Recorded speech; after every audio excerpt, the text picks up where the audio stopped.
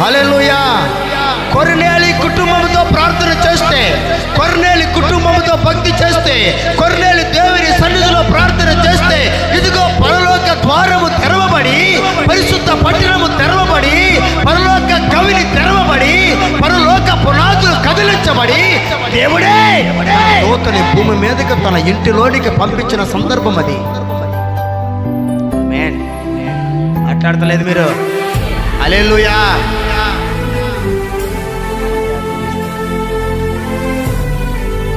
మనం ప్రార్థన చేస్తే స్తోత్రం. హల్లెలూయా. ఎంత పొడుగు సాక్ష్యం చెప్తాం మనం. మరలా 2 సంవత్సరాల నుంచి ప్రార్థన చేస్తున్నానండి. మా పునాది అలాగే ఉండిపోయిందండి, స్తంభాల మీద ఉండిపోయిందండి, స్లాబ్ వేసి ఉండిపోయిందండి. స్తోత్రం. హల్లెలూయా. ఎంత పొడుగు ప్రార్థన చేస్తే పని కాదు.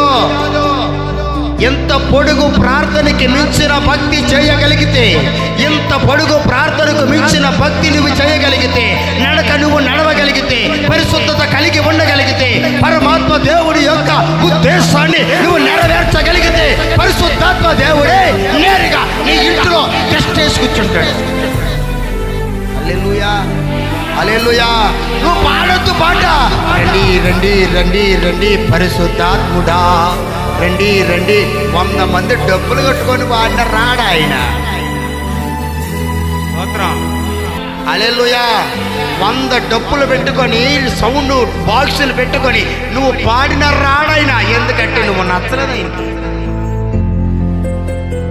కొర్నేలి కుటుంబము వలె నీ హృదయాన్ని దేవునికిచ్చి, కొర్నేలి కుటుంబము వలె నీవు దేవునికి సొంతమైపోగలిగితే, ఆయన 2 నిమిషాల్లో కిందకు వచ్చిన ఇంట్లో కూర్చుంటాడు. హల్లెలూయా. హల్లెలూయా.